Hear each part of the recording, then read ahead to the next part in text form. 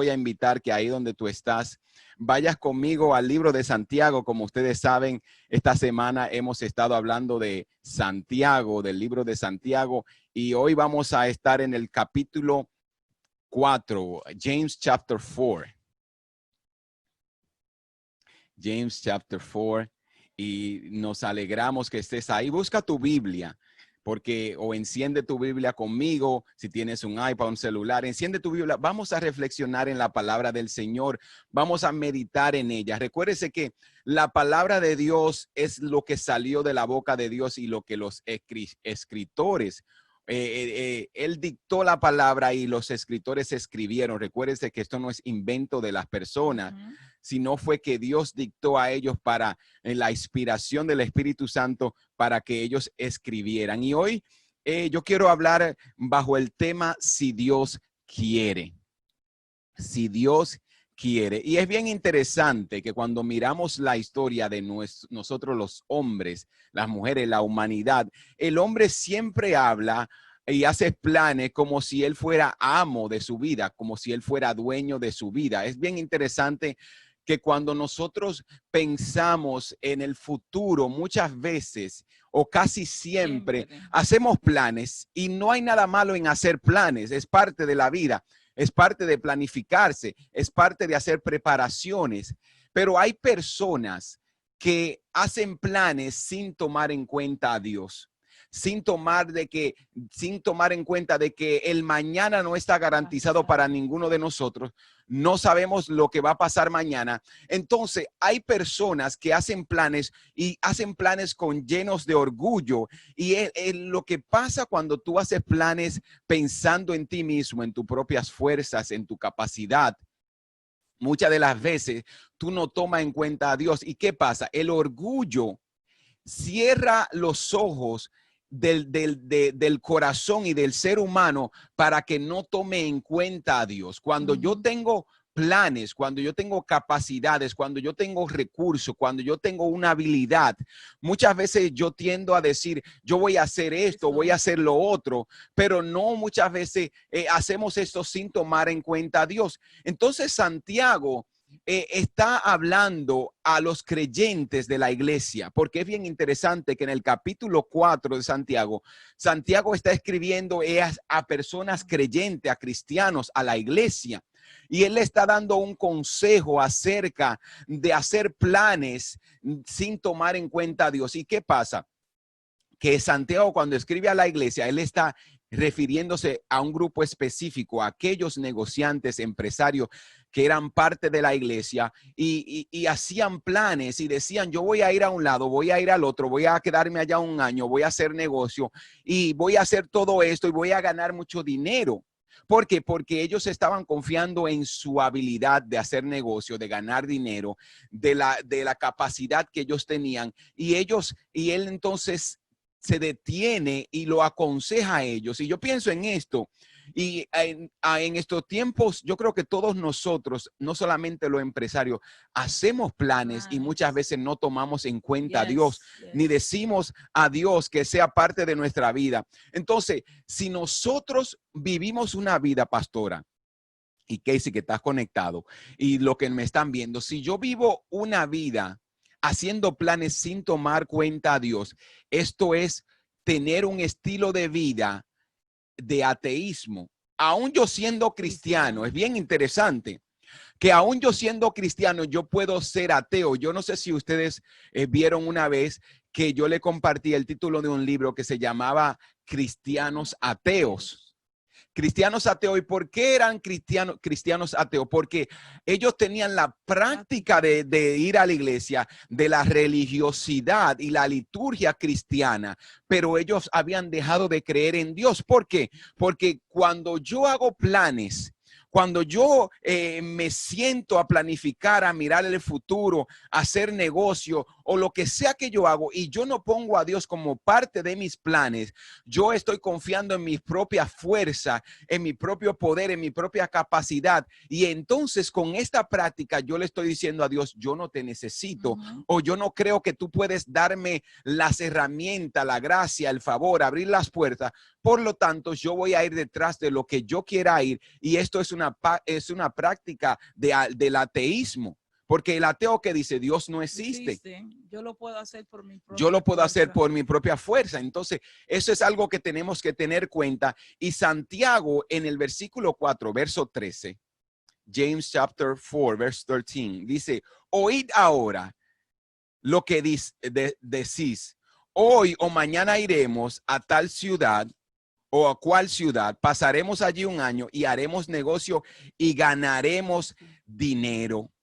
Aquí vemos el ejemplo de lo que le estaba diciendo a cada uno de ustedes, que a pesar de lo que estaba sucediendo, estas personas hacían planes y no tenían en cuenta a Dios. El pecado de no acudir a Dios en oración es una ofensa más común entre los cristianos. Oiga, este es el pecado que nosotros de no acudir a Dios. Es la ofensa más común del diario vivir de los cristianos. Me levanto y me voy en el día a día. Esto es un pecado que muchos cristianos, muchas personas de fe cometen todos los días. Porque cuando yo me levanto de mi cama, pongo los pies en la tierra o en el suelo y yo me voy y comienzo de una vez y me enfoco en mi día, las cosas que tengo que alcanzar y no presento mi día a Dios, automáticamente yo no estoy pidiendo la ayuda de Dios. Y es por eso que muchos de nosotros a veces se nos hacen las cosas más difíciles. Por eso muchas veces vivimos una vida desanimada. ¿Por qué? Porque no incluimos a Dios en nuestros días. Porque nos levantamos, nos vamos y dejamos a Dios en la casa. Dejamos a Dios en la habitación. Entonces nosotros tenemos que, mire, usted tiene que hacer una práctica de todos los días cuando usted se levante, Señor, que se haga tu voluntad en mi día, en mi vida. Mire, algo tan sencillo como esto puede ser usted darle permiso a Dios para que Él entre en sus negocios, en sus planes. Señor, que se haga tu voluntad. En lo que yo tenga para hoy, que se haga tu voluntad. Entonces, esta era una práctica común que nosotros tenemos que mencionar y tenemos que cambiar, siempre tener en cuenta que nosotros somos lo que dirigimos, Dios es que dirige nuestras vidas. Nosotros tenemos que darle la oportunidad, el permiso a Dios para que Él tome control de nuestras vidas y nosotros así ser gobernados por su voluntad. Y reconocer, pastor, que lo necesitamos, porque a veces tendemos de que tomamos nuestras propias decisiones, no ponemos a Dios en nuestros planes, pero cuando vemos que no nos está yendo bien, entonces ahí vamos y le decimos, Señor, entra en mis planes. Amén. Pero qué hermoso es antes de nosotros tomar cualquier decisión y ante el trono y decirle, Señor, ¿te parece esta decisión bien? Señor, dirige mis planes. Señor, toma el control de mi día. Y a veces, yo digo que todos a veces cometemos ese error de decir, wow, qué día más estresado, mira lo que me está pasando, pero nos levantamos de la cama y no pusimos a Dios primero. Así es. Entonces, Santiago lo que le está diciendo a los empresarios de ese entonces y a nosotros los cristianos de hoy es que no hay nada malo en ir y hacer negocios, ganar dinero. Ese es el favor y la gracia. Porque Eclesiastés dice que si tú tienes algo, eso es el favor y la gracia de Dios. Tú tienes que disfrutarlo. Pero hay una diferencia en cuando yo me voy y no tomo a Dios en cuenta. Jesucristo también habló de esto, de esta mentalidad como en los tiempos de Noé. Decía que en los últimos tiempos, él refiriéndose al fin, que los últimos días serán como los tiempos de Noé, que la gente comía, bebía, se casaba. Y él lo que estaba resaltando era que la gente no tomaba en cuenta a Dios en lo que hacía. La gente vivía, iba de un lado al otro y no tomaba cuenta a Dios, no hacía a Dios partícipe de sus planes. Entonces tenemos que entender que no hay problema en comer, en beber, en casarse. El punto es que la vida no puede ser controlada por nosotros mismos. No sabemos lo que va a suceder mañana. Entonces yo tengo que invitar a Dios a que sea parte de mis planes. Yes.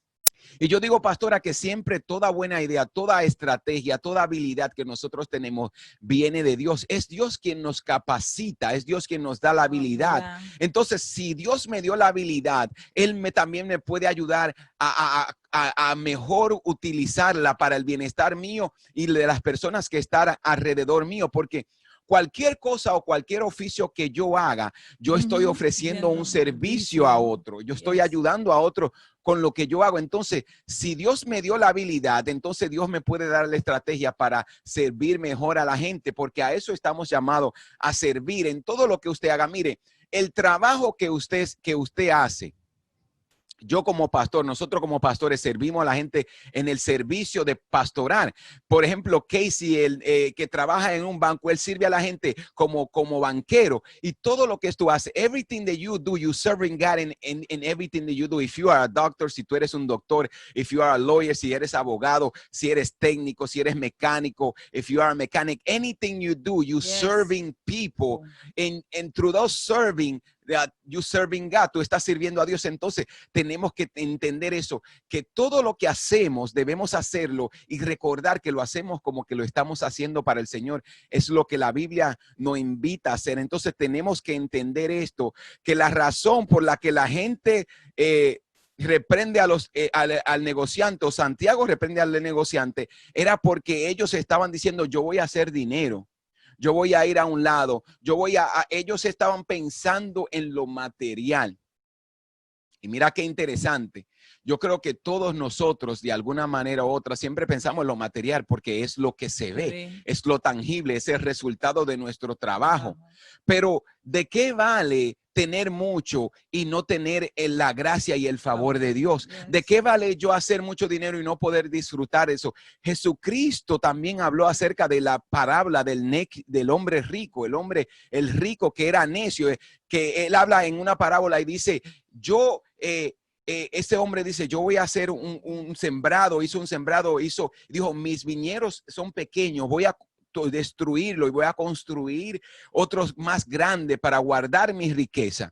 Y cuando él dice todo esto, dice que al final de que él dice, después que yo construya los viñedos, lo haga más grande y consiga todo lo que necesito, entonces me voy a sentar y voy a disfrutar. ¿Y qué es lo que pasó? Ahí mismo él escuchó una voz que le dijo, hombre necio, esta noche vienen por tu alma y todo lo que tú sembraste, todo lo que tú ganaste, todo lo que tú cosechaste, ¿para quién será?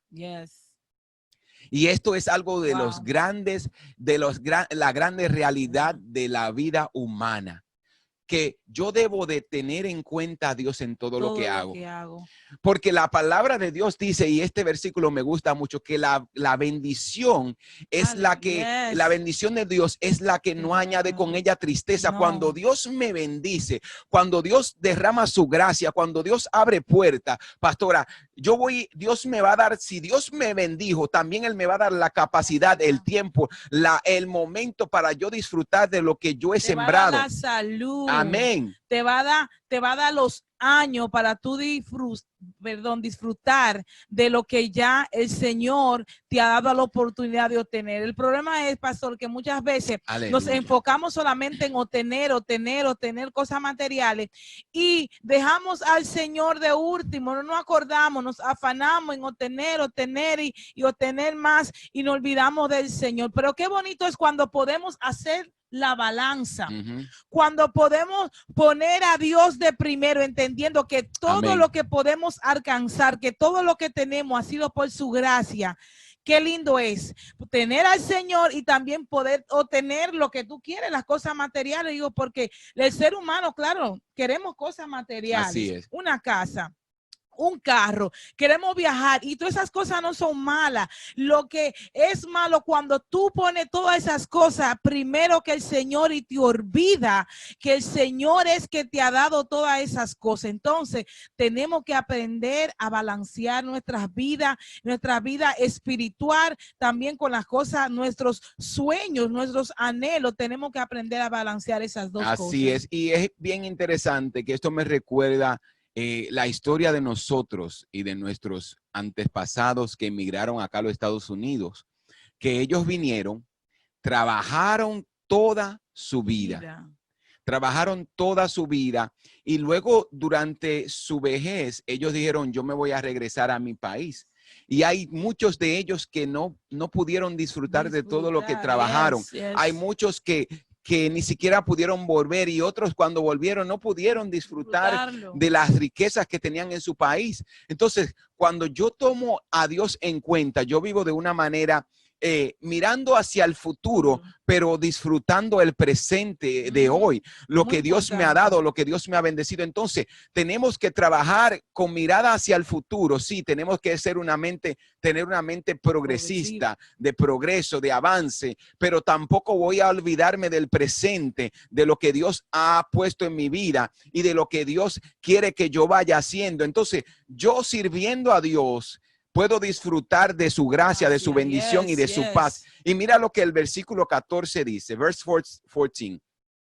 Dice, pero ni siquiera sabéis lo que mañana pasará mañana. ¿Qué es vuestra vida? Sino una niebla que aparece por un poco de tiempo y luego desaparece o se desvanece. Entonces, nuestra vida, la vida es así. La vida es ese destello de vapor, como dice Salomón. Es como la niebla que usted la puede ver por unos segundos y cuando usted quizá mira hacia otro lado y vuelve a buscar, ya desapareció. Y esto me recuerda siempre una vez que cuando nosotros íbamos al campo, bien de mañana, usted podía ver la niebla que subía, pero al momento que el sol salía, esa niebla desaparecía. Así es la vida. Entonces nosotros tenemos que disfrutar cada momento entendiendo de que Dios está en control. Y esa es la gente necia, pastora, vive como que Dios no existe. Como que Dios no existe, pero sí Él existe. Sí Él está en control de nuestras vidas, sí Él está en control de todo lo que nosotros hacemos. Entonces, tenemos que tener en cuenta a Dios y tomar en cuenta a Dios en todo lo que hacemos. Dice Eclesiastés 12:13, obedecer a Dios y cumplir sus mandamientos, porque ese es el deber total de nosotros, los hombres de la humanidad, es obedecer. La gente se pregunta, ¿cuál es mi propósito? ¿Qué es lo que yo tengo que hacer? What do I have to do? What is my purpose? Your purpose is to obey God, es obedecer a Dios. Es lo que la Biblia nos manda. Eclesiastés dice, cuando miramos a Salomón, él nos aconseja y nos dice, la vida, todo es vanidad en este mundo. Todo se desvanece, así como la neblina, todo va a pasar. Entonces, lo que nosotros hagamos tiene que tener un valor eterno. Tenemos que sí construir para bendecir a otros, para tener un futuro, quizás cuando lleguemos a nuestros años dorados, pero tenemos que tener siempre en cuenta la bendición de Dios en nuestras vidas. Amén, así es de que, por favor, todo lo que tú hagas, pon al Señor primero. No te enfoques en tantas cosas y te olvides del Señor. Nunca te olvides de que si respira, que si lo que tiene no ha sido por tu propia fuerza, porque muchas personas no pueden entender eso y el ateo, como usted dice, pastor, no entiende eso. Siempre dice, todo lo que yo tengo ha sido por mi fuerza, todo lo que yo tengo porque fui y lo busqué. No sabe que el Señor te da la oportunidad, te da la salud, te da la oportunidad de levantarte de tu cama todos los días para que tú vayas a trabajar, para que puedas obtener lo que tú tienes. Así es de que dale el lugar al Señor que Él se merece. Así es. Y mira, y el necio vive una vida como que él tiene el futuro absoluto, él tiene control de todo. Y sin embargo, no tenemos el control de mañana. Podemos decir que mañana, podemos hacer planes para mañana, pero eso no está garantizado. No sabemos. Entonces, el necio también vive su vida y no se pregunta cuál es su propósito. Yo voy a gozar la vida, yo voy a hacer lo que sea. Pero tenemos que tomar en cuenta el propósito de Dios. Entonces, Santiago en el versículo 15 dice, más bien deberían decir, en vez de tú decir, yo voy a hacer una cosa de la otra, mañana yo voy a ganar dinero, yo voy a construir esto, voy a alcanzar esto. Debemos decir, si Dios quiere, si es la voluntad del Señor, viviremos y haremos esto o aquello. Santiago nos enseña que tenemos que poner a Dios en nuestra vida, su voluntad. Es por eso que en los últimos años yo siempre le digo, Señor, tu voluntad en mi vida, que sea tu voluntad en mi vida, en mi familia, en mis hijos, en todo lo que yo haga, porque la voluntad de Dios, siempre voy a decir, es buena, agradable y es perfecta. Y cuando tú entiendes esto, tú pasas de necio a sabio. Yes. Cuando yo le digo al Señor que sea tu voluntad, yo dejo de ser necio, yo dejo de ser orgulloso, yo dejo de ser altivo y yo me convierto en una persona sabia, en una persona humilde, en un sencillo de corazón. Entonces, el humilde, Dios le da gracia, le da favor, lo bendice. Entonces, cuando yo digo, Señor, que sea tu voluntad y no la mía, yo le estoy diciendo, Señor, toma tú el control. Señor, yo no quiero hacer lo que a mí me parece, porque la voluntad de Dios me conviene más, es mejor para mí, para mis hijos, para mi casa, y por eso yo le siempre voy a decir, Señor, que sea tu voluntad en mi vida y que no sea lo que yo quiera. Entonces tenemos que entender esto. Así es, así es. Siempre tenemos que poner al Señor primero en nuestra vida. Y yo digo que Dios ha sido más que bueno, y qué bonito es poder caminar con el Señor, que tus planes vayan alineados con los planes del Señor. Siempre que tú te detengas y digas, Señor, que mis planes vayan alineados con los tuyos, Señor, porque los planes del Señor son perfectos. Muchas veces pensamos que lo que estamos planeando, lo que queremos hacer, está bien, y el Señor tiene otra cosa para nosotros, y tú empiezas y no puedes terminarlo, pastor, porque esos no son los planes que el Señor tiene para nuestra vida. Pero qué bonito es cuando tú empiezas y puedes terminarlo, porque los planes que tú empezaste estaban alineados con los planes que el Señor tenía para tu vida. Así es, así es. Y tenemos que entender esto. Y la pregunta ya para concluir es, pastor, ¿qué es lo que Dios quiere conmigo? What do God want with me? What does he want? ¿Qué es lo que Dios quiere? Y la manera más sencilla de contestarte esto es que Él quiere que tú te apartes del pecado. Al pecado es desobediencia. El mismo libro de Santiago, en este mismo versículo, dice que pecado es saber lo bueno y no hacerlo. Saber lo que Dios quiere que yo haga y yo no lo hago, eso es pecado.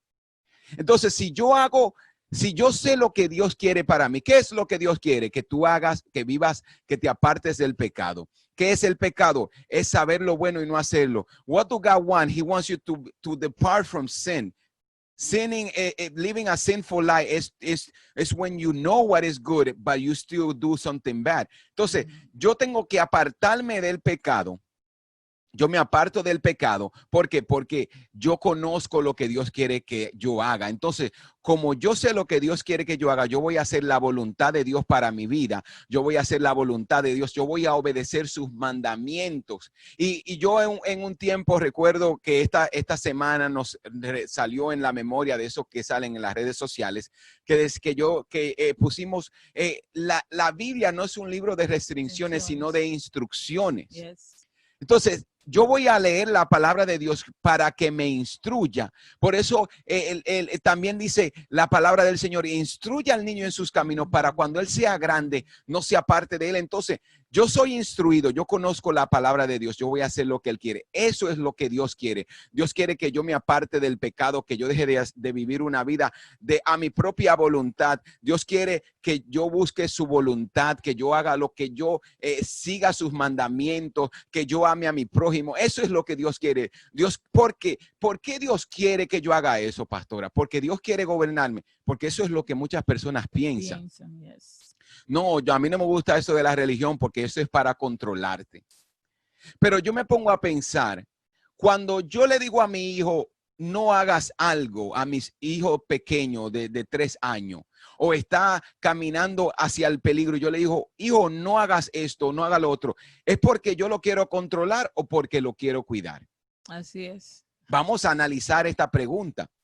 Si yo tengo a un hijo y yo le aconsejo, y yo le digo, no hagas algo, no es porque yo quiero controlarlo, sino porque yo quiero librarlo del mar, del peligro, de la destrucción. Si yo le digo a mi hijo, no toques a la estufa o algo que yo estoy cocinando, yo le estoy tratando de librar del peligro.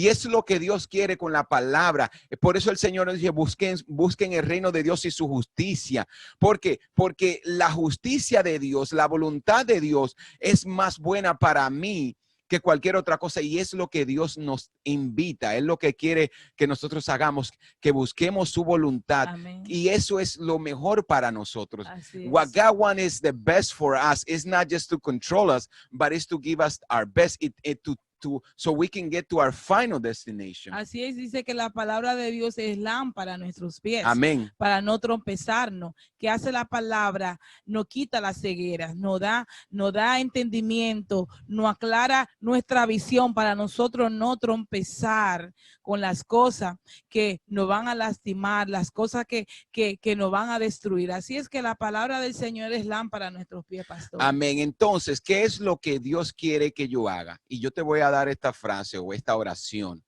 para que tú se la presentes a Dios. Y tú lo que tienes que decirle, Señor, que en ningún momento del día o de la noche tu voluntad se aparte de mi vida. Yes. Que en ningún momento del día o de la noche tu voluntad se aparte de mí. Que sea tu voluntad en la tierra como en el cielo. Dios quiere lo mejor para ti. Dios quiere salvarte, Dios quiere perdonarte, Dios quiere libertarte. Yes. Y si tú me estás viendo hoy y no conoces al Señor, el primer paso es volver a Él. Es darle a Él el control. Dios quiere lo mejor para ti. Dios quiere bendecirte. Dios quiere salvarte. Dios quiere perdonarte. Pero tú tienes que darle la oportunidad. Tú tienes que dejar que Él entre a tu vida. ¿Por qué? Porque Dios es así. Dios siempre va a darte la libertad de escoger. Y si tú escoges servirle, y tú escoges buscarle hacer tu voluntad, Él te va a bendecir, Él te va a guardar y Él te va a librar de todo mal. Si tú estás ahí, no conoces al Señor, si te has apartado de sus caminos, hoy es el mejor día para volver a casa. Y si me estás escuchando, yo te voy a invitar que hagas esta oración conmigo. Que levantes tus manos y le digas, Señor Jesús, te reconozco como mi Señor y como mi Salvador. Perdóname.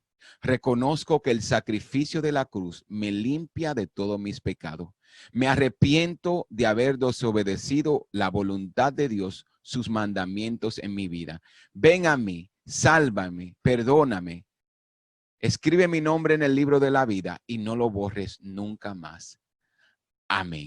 Amén. Si hiciste esta oración, te invitamos a compartirla con alguien, a decirle a algún cristiano, hice la oración de fe, congrégate, busca una iglesia, busca unos pastores, congrégate. Si estás en el área metropolitana de Washington, nosotros estamos en el área de Bellsville, conéctate con nosotros y mantente conectado a la familia del Señor. Amén, amén. Así es de que sean todos bendecidos en esta hermosa tarde, este hermoso domingo que el Eterno nos ha regalado. Así que muchas gracias a todos los que se conectaron con nosotros.